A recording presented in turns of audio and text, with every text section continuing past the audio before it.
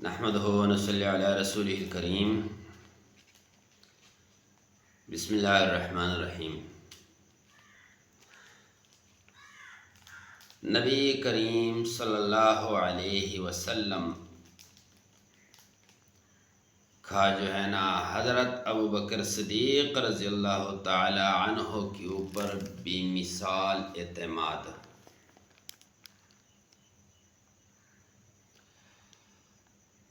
ایک واقعہ ہے کہ حضرت ابو ہریرہ رضی اللہ عنہ نے فرمائے، ایک شخص ایک بیل کو لے جا رہا تھا، بیل ڈگا،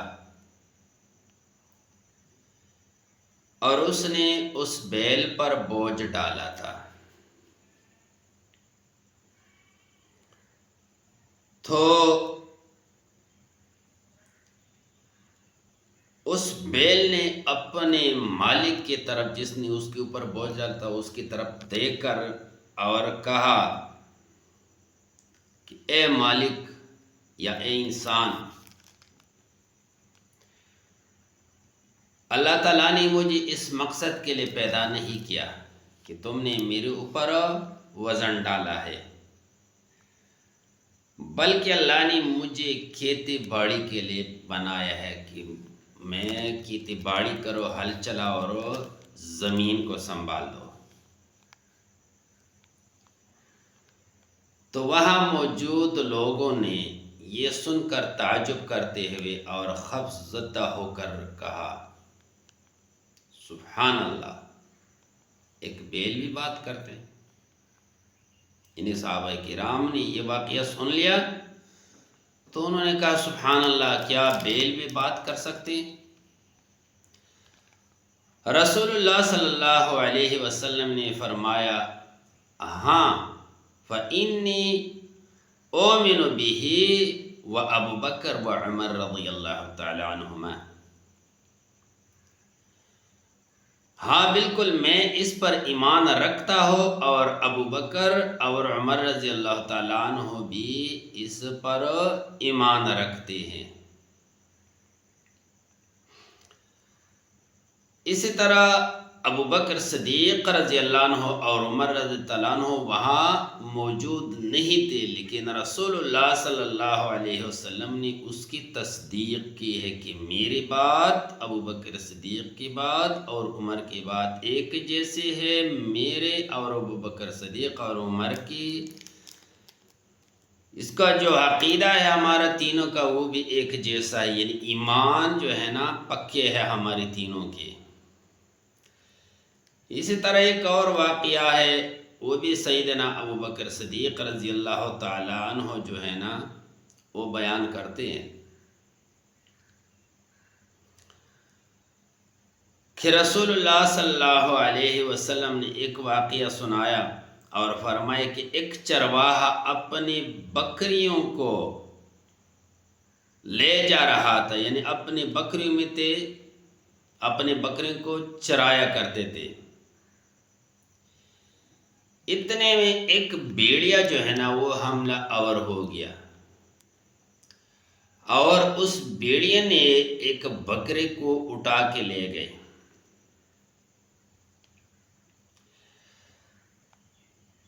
جب لے گیا تو اس چرواہے نے بھیڑیے کے پیچھے جو ہے نا یا کوئی بھاگنا شروع کیا، چھڑوانے کی کوشش کی، یعنی اس کا پیچھا کیا، اور اس سے بکری کو چڑھوایا۔ تو اس بھیڑیے نے اس چرواہے کے طرف دیکھا اور کہا، یہ واقعہ رسول اللہ صلی اللہ علیہ وسلم بیان کر رہے ہیں صحابہ کرام کے درمیان۔ تو بھیڑیے نے کہا کہ اس دن بکری کو کون چڑھوائے گا جس دن میرے سوا کوئی چرواہا نہ ہوگا۔ اس درندے نے بیان کیا بات کی چرواہے سے کہ جس دن تم سارے لوگ مصروف ہوں گے اور میں فارغ ہوگا تو پھر میں ان بکریوں کو کھاؤں گا، میرے سے کوئی نہیں چڑھوا سکتا۔ تو یہ بات صحابہ کرام اور جو لوگ وہاں موجود تھے انہوں نے سن لیا، اور انہوں نے حیرانی سے کہا کہ سبحان سبحان اللہ، بھیڑیے بھی بات کر سکتے ہیں، درندہ بھی اس طرح بات کر سکتے ہیں۔ تو اس پر رسول اللہ صلی اللہ علیہ وسلم نے فرمایا کہ ہاں بات کر سکتا ہے بھیڑیاں۔ فَإِنِّي اومن بذالک انا و ابو بکر و عمر رضی اللہ تعالی عنہما۔ ہاں بھیڑیے جو ہے نا وہ بات کر سکتا ہے، لیکن اس بات کو اگر کوئی مانے یا نہ مانے، میں مانتا ہوں اور ابو بکر صدیق اور عمر رضی اللہ تعالیٰ عنہ وہ بھی مانتے ہیں، اس بات پر یقین ہے اس کا بھی اور میرا بھی۔ تو اس وقت ابو بکر صدیق رضی اللہ تعالی عنہ اور عمر رضی اللہ عنہ جو ہے نا وہ بھی موجود نہیں تھے۔ یہ حدیث دونوں جو ہے نا یہ مسلم شریف میں موجود ہے۔ اسی طرح اس حدیث سے ابو بکر صدیق اور عمر رضی اللہ عنہ کی فضیلت واضح ہوتی ہے کہ رسول اللہ صلی اللہ علیہ وسلم کو ان پر ایسا اعتماد تھا رسول اللہ صلی اللہ علیہ وسلم کا کہ جس بات پر آپ صلی اللہ علیہ وسلم ایمان رکھتے وہ بھی ضرور اس بات کو مانتے تھے۔ اسی طرح سیدنا ابو بکر صدیق رضی اللہ تعالیٰ عنہ کو غصے پر قابو رکھنے کی نبوی نصیحت۔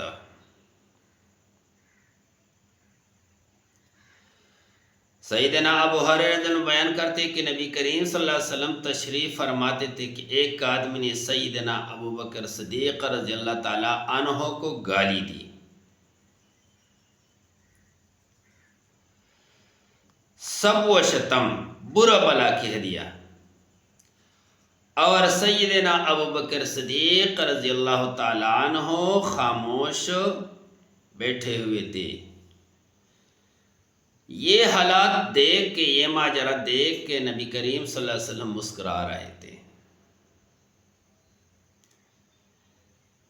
جب وہ شخص گالی دیتا ہے، برا بلا کہتا ہے، اور رسول اللہ صلی اللہ علیہ وسلم بھی تشریف فرما ہے اور ابو بکر صدیق رضی اللہ عنہ چپ ہے، جواب نہیں دیتے، نبی کریم صلی اللہ علیہ وسلم نے ابو بکر صدیق رضی اللہ تعالیٰ عنہ کا یہ عمل جو ہے نا ناپسندیدہ جانا، اور ان سے کہا، یعنی ناراض ہو کے اٹھ کر چلیں۔ سیدنا ابو بکر صدیق رضی اللہ عنہ آپ صلی اللہ علیہ وسلم کی پیچھے چلتے چلتے عرض کے، یا رسول اللہ صلی اللہ علیہ وسلم، کانا یشتمنی وانت جالس فلما رددت علیہ بعض قولی غضب وقمت۔ اے اللہ کے رسول، وہ شخص مجھ پر سب و شتم کرتا رہا اور آپ خاموش بیٹھے رہے، لیکن جب میں نے اس کی باتوں کا جواب دے دیا تو آپ اس پر ناراض ہو گئے اور اٹھ کر چلے گئے۔ میں نے جب جواب دے دیا تو آپ چلے گئے۔ تو رسول اللہ صلی اللہ علیہ وسلم نے کیا فرمایا اس کے بارے میں؟ فرمائے، انہو کان معک ملک یرد عنک فلما رددت علیہ بعض قولہ وقع الشیطان فلم اکن لاقعد مع الشیطان۔ تمہارے ساتھ ایک فرشتہ تھا اور وہ فرشتہ اس بندے کو جواب دے رہا تھا، لیکن جب تم نے جواب دینا شروع کیا تو فرشتہ چلا گیا اور شیطان درمیان میں آ گیا، تو اس لیے میں بھی چلا گیا۔